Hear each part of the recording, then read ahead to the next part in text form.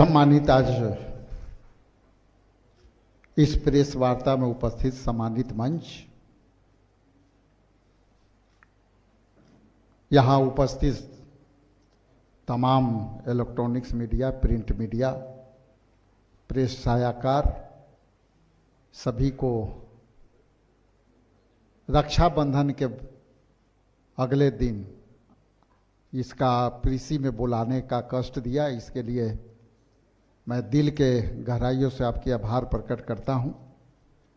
आज का विषय बहुत ही स्पष्ट और बहुत ही देश के अहित होने वाली जो इलेक्शन कमीशन द्वारा जो निर्णय लिए गए हैं और उस निर्णय को सम्मानीय राहुल गांधी जी ने जो दिल्ली में एक प्रेस वार्ता के तहत इलेक्शन कमीशन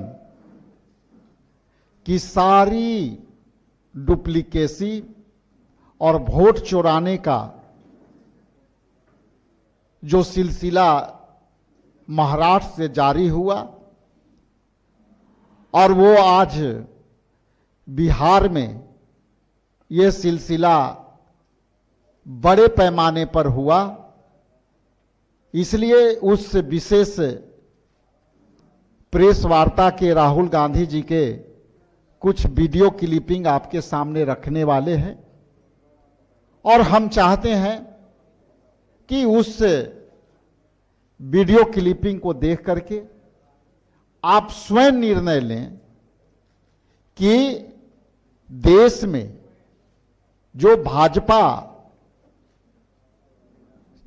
और इलेक्शन कमीशन मिलकर जो जनता के हक छीनकर और वोट चुरा करके सरकार बनाने का जो योजना तैयार की है, इस वीडियो में राहुल गांधी जी ने इसे पूरी स्पष्टता से 5 बातों पर उन्होंने स्पष्ट तौर से अपना निर्णय दिया है और बताया है कि टोटल 1,250,000 वोटर के वोट देने से भाजपा वहां सरकार में आई।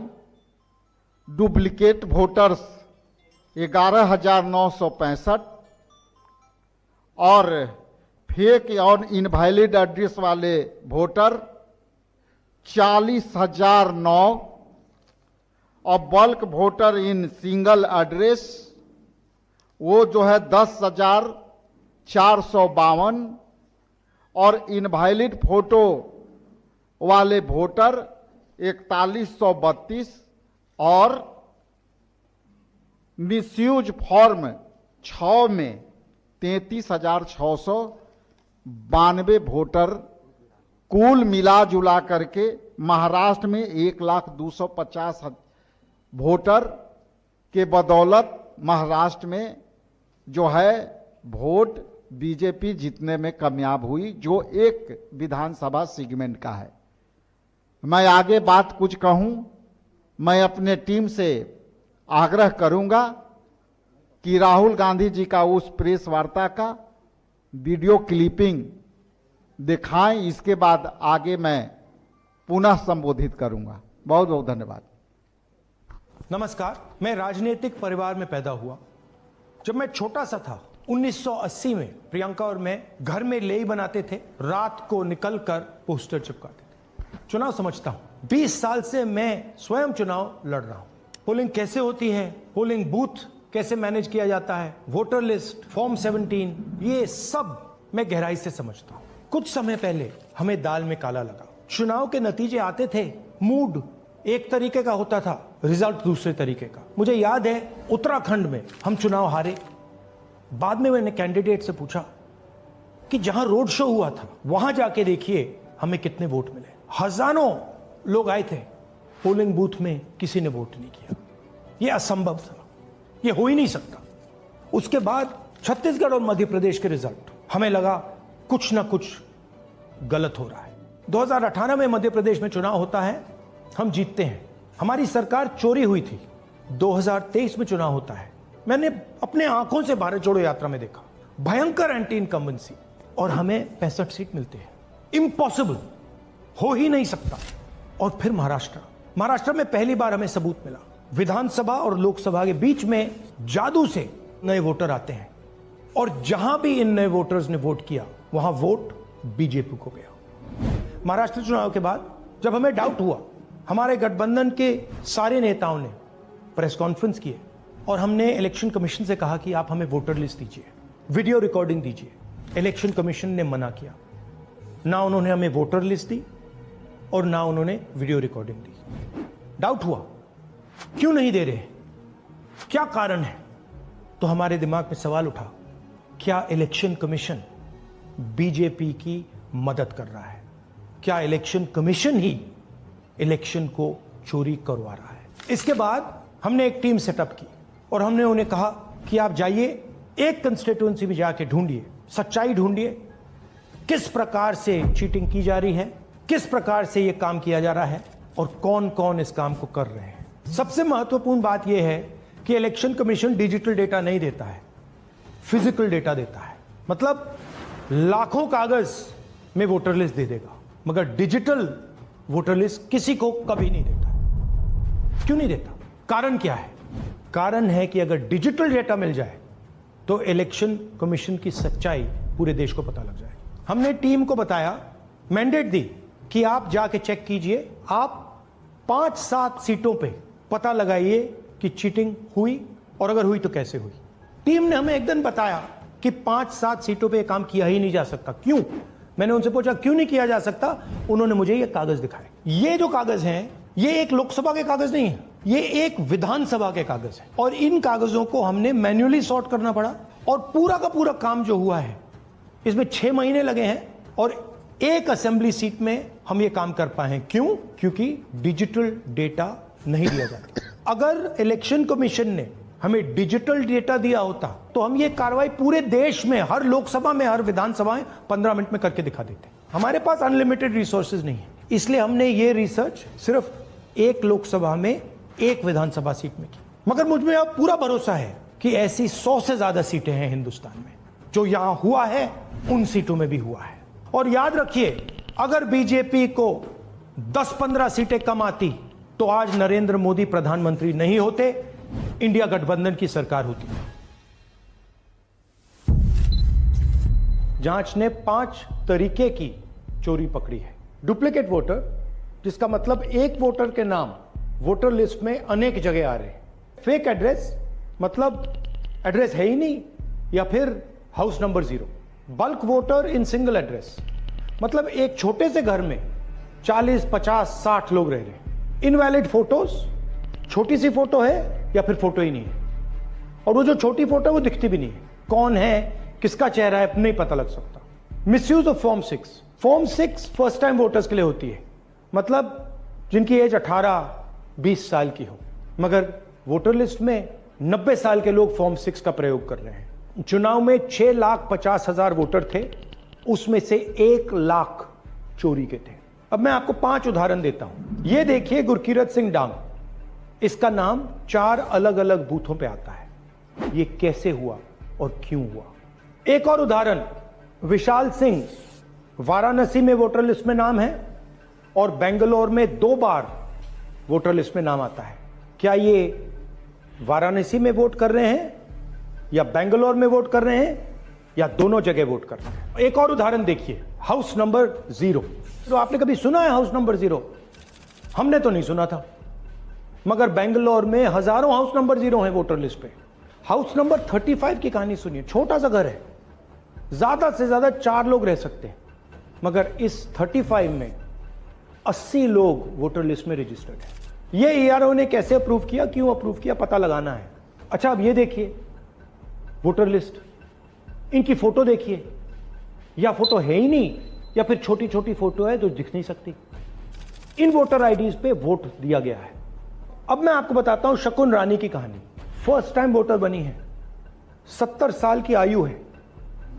एक बार फॉर्म 6 का प्रयोग किया और उसके कुछ ही महीने बाद दूसरी बार फॉर्म 6 का प्रयोग होता है, 2 बार इनका नाम वोटर लिस्ट में आता है और फर्स्ट टाइम वोटर की लिस्ट में आता है। ये फर्स्ट टाइम वोटर हो ही नहीं सकती। तो क्या शकुन रानी जी ने वोट किया या किसी और ने शकुन रानी जी के लिए वोट किया? ये ही छुपाने के लिए सीसीटीवी का डेटा हमें नहीं दिया जा रहा है। और ये शकुन रानी जी अकेली नहीं है, ऐसे हजारों लोग हैं जिन्होंने फॉर्म 6 का प्रयोग करके 2-3 बार वोटर लिस्ट में नाम डाला है। हमने पहले इलेक्शन कमीशन से इलेक्ट्रॉनिक वोटर लिस्ट मांगी थी, सीसीटीवी फुटेज मांगी थी। उन्होंने अपना काम नहीं किया, हमें नहीं दिया। फिर हमने अपना इन्वेस्टिगेशन कराया, आरटीआई भरे और हमारे पास डेटा आया। भाई और बहनों, सच्चाई यह है कि हिंदुस्तान में इलेक्शन कमीशन और बीजेपी मिलकर इलेक्शन चोरी कर रहे हैं। यह पूरा का पूरा सबूत ब्लैक एंड व्हाइट में आज हमने आपको दिया है। इलेक्शन कमीशन जानता है कि हमने उनकी चोरी पकड़ ली है, इसीलिए एसआईआर आया है। यह एसआईआर जो है इंस्टीट्यूशनलाइज चोरी है। इलेक्शन कमीशन खुलकर बिना डरे बीजेपी के साथ मिलकर चोरी कर रहा है। और ये जो एसआईआर है, इसका लक्ष्य गरीबों का जो हक है, उनका वोट जो है, उनसे चोरी करने का है।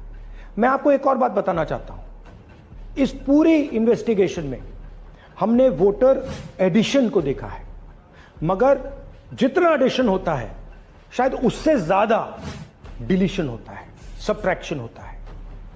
तो ये सिर्फ एक मेन तरीका हमने पकड़ा है, दूसरे तरीके पे हमने इन्वेस्टिगेशन की ही नहीं है। मैं इलेक्शन कमीशन और इलेक्शन के ऑफिसर्स को साफ कह रहा हूं, आप जो कर रहे हो गलत कर रहे हो, ये ट्रीजन है, देश के खिलाफ है। ये मत भूलिए, टाइम आएगा हम आपको पकड़ेंगे, बचने वाले नहीं हो। It is critical that we expose voter चोरी।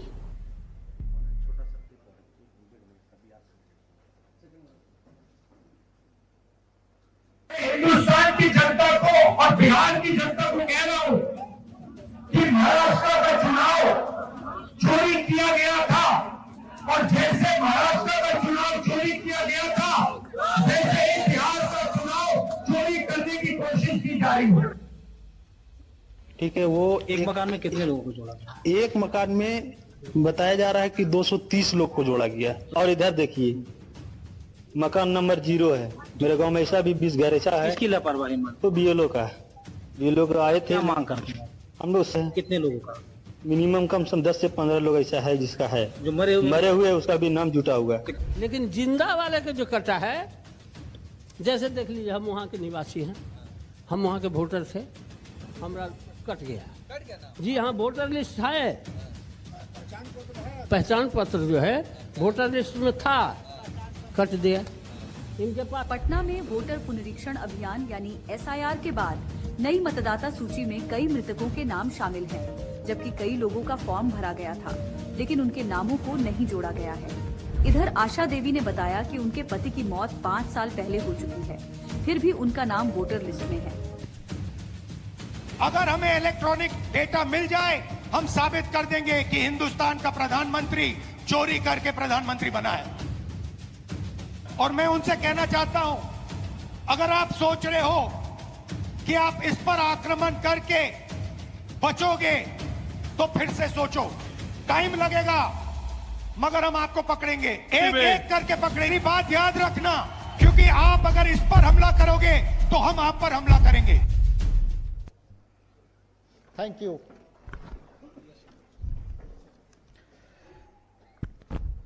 तो ये थे पूरी तथ्य के साथ, पूरी प्रमाण के साथ, पूरी एविडेंस के साथ आपके बीच ये वीडियो क्लिप, जिसमें ऑल इंडिया कांग्रेस कमेटी और हमारे नेता राहुल गांधी जी ने पूरी 6 महीना लग करके पूरे टीम में ये सारे मुद्दे को बाहर ले आए। और अब ये मुद्दा बिहार के अंदर स्पष्ट हो चुका है, और इस बात से स्पष्ट हो चुका है कि आप जो है अभी देखेंगे कि यहाँ के उप मुख्यमंत्री जो है, उनका नाम 2 जगह है, और विजय कुमार सिन्हा जी का ये 2 जगह का इनका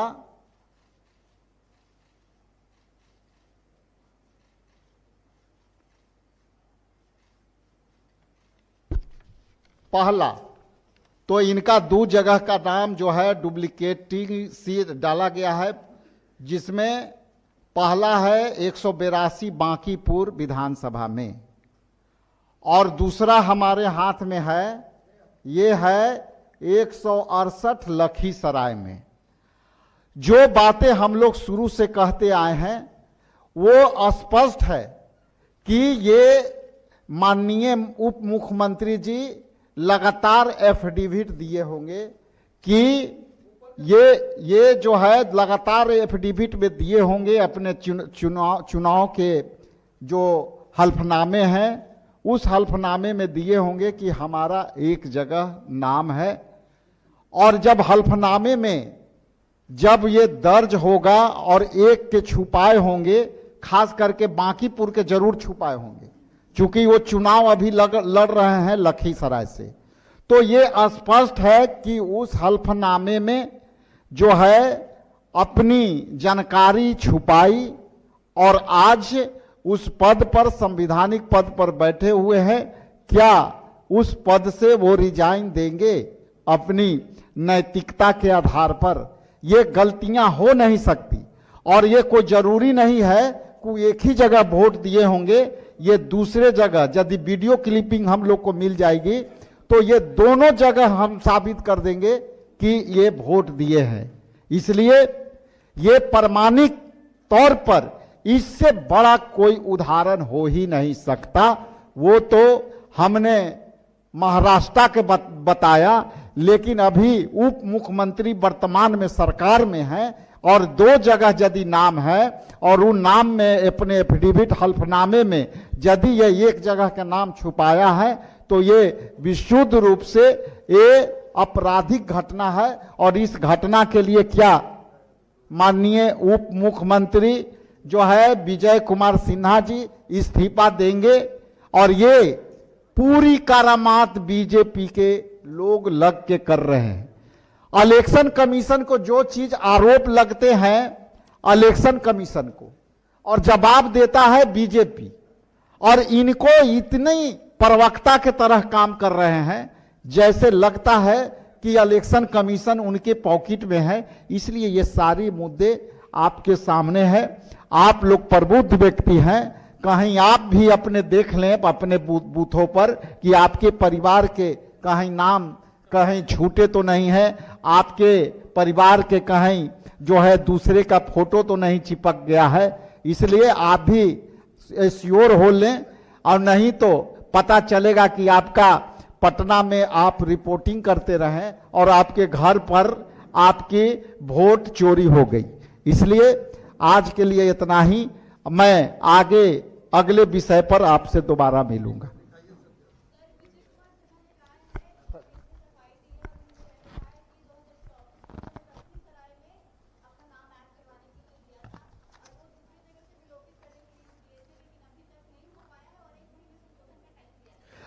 ये इसलिए नहीं हो पाया क्यों, तो अश्योर है कि बीजेपी इलेक्शन कमीशन को कब्जे में रखे हैं, नहीं हटेगा। लेकिन राहुल गांधी जी ने पोल खोल दिया तो अब ये जवाब देना पड़ रहा है उनको कि हमने हटाने के लिए दिया था।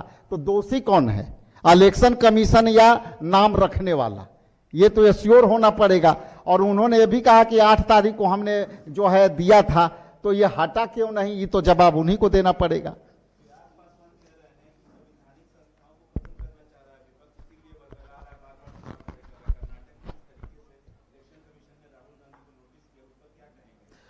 जो लोग फर्जी वोटर कहते हैं और जो लोग फर्जी वोटर पर जीत के आए हैं, वो उनको जो है इस तरह का जवाब देना संविधान के रक्षा के, तो हम समझते हैं कि ये फर्जी वोटर, कल भी सवाल आए थे हमारे समक्ष कि लोग कह रहे हैं कि यहाँ पे फर्जी वोटर लोग वोट दिए हैं, तो ये संविधान पर हमला इलेक्शन कमीशन यदि कर रहा है तो संविधान बताने के अधिकार केवल विपक्ष का नहीं है, ये सरकार का है। और इसलिए सरकार में बैठे लोग, संलिप्त लोग ये षड्यंत्र कर रहे हैं, उसमें चिराग पासवान भी है।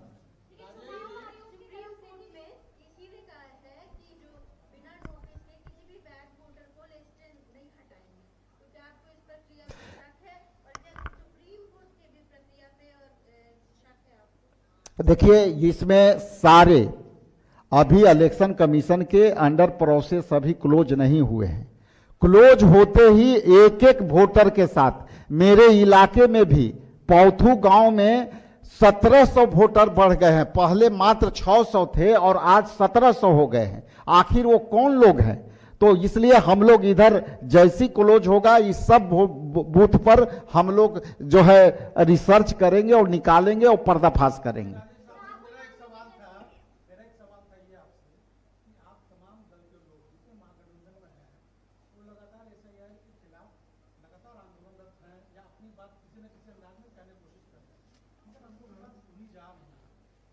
क्या सुनी नहीं जा रही है?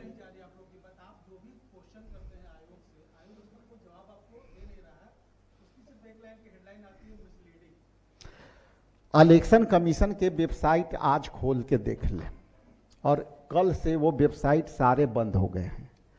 हम केवल विपक्ष के नाते अपनी बात आपके माध्यम से हम लोगों तक पहुंचा रहे हैं।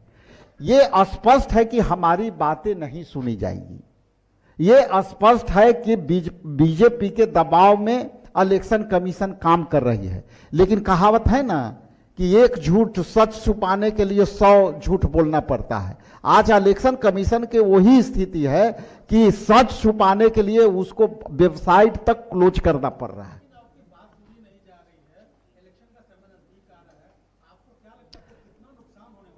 देखिए, इस जहां तक आपने कहा कि सुनी नहीं जा रही है, केवल प्रिंट और इलेक्ट्रॉनिक्स मीडिया ही हमारी बात सुन रही है कि यहां तक आ रहे हैं। बाकी किसी से, सरकार से या एजेंसी से हमारी अपेक्षा नहीं है।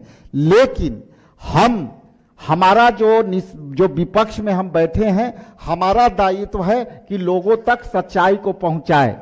ये सुधार तो अंतोगंतवा अधिकार तो सरकार का है, ये अधिकार जो है इलेक्शन कमीशन का है। यदि वो नहीं सुन रहे हैं, इसीलिए तो आपके बीच बैठ के हम बात कर रहे हैं।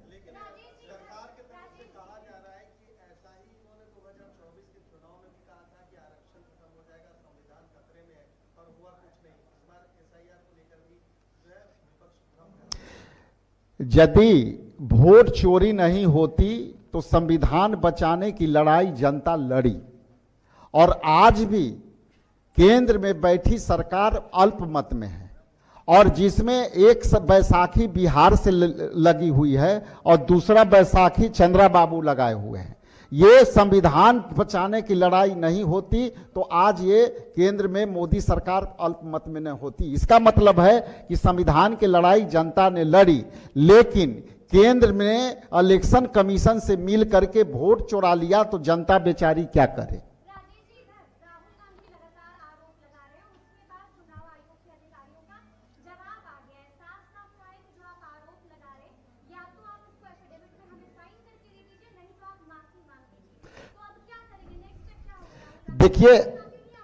देखिए समरीन जी, यदि एफिडेविट करके देने के मांगते हैं तो ये बताइए, पहले 6 महीना तक आपको वीडियो क्लिपिंग वोटर के लोगों को रहता था, वो 40 दिन में क्यों डिलीट कर हो गया? और यदि हमें एफिडेविट करने के लिए कहते हैं तो ये वो क्यों नहीं कहते हैं बीजेपी को कि आप एफिडेविट करके दो, मेरे बदले में क्यों बोल रहे हो? उनकी जवाब तो बीजेपी दे ही रही है, तो बीजेपी भी एफिडेविट देनी चाहिए उसको कि साहब हम इलेक्शन कमीशन के बदले में हम बात करेंगे, हम ऑथोराइज हैं।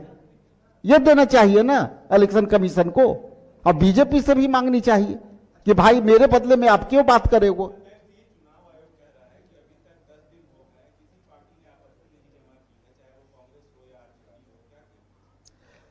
आपत्ति यहां बैठ करके हम लोग कर रहे हैं, ये आपत्ति सुन रही है। लगातार हम रोड पर संघर्ष कर रहे हैं, लगातार इंडिया गठबंधन के लोग तरह तरह से अपनी अपनी जो सूत्र है उसके माध्यम से, प्रेस के माध्यम से, आंदोलन के माध्यम से, और बिहार में 17 तारीख से वोट अधिकार रैली कर रहे हैं उसके माध्यम से।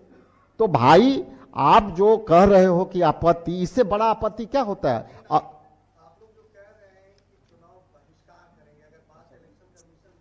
अभी ये मुद्दा है कि 1,250 वोटरों के चुरा ली गई है, उसको हम लोग ढूंढ लिए हैं। उस पर स्पष्ट वक्तव्य इलेक्शन कमीशन को आना चाहिए, उसकी प्रतीक्षा कर रहे हैं। धन्यवाद।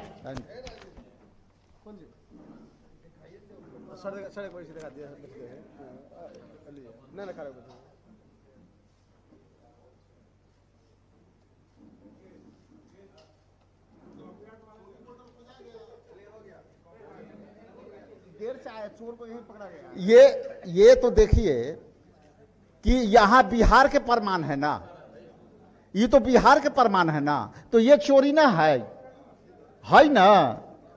और इस पर देखिएगा सब बैकफुट पर रहेंगे लोग, कोई ना बोलेंगे, और नहीं होगा उनके पास तो हम लोग जाके उनके दीवार पर चपका देंगे।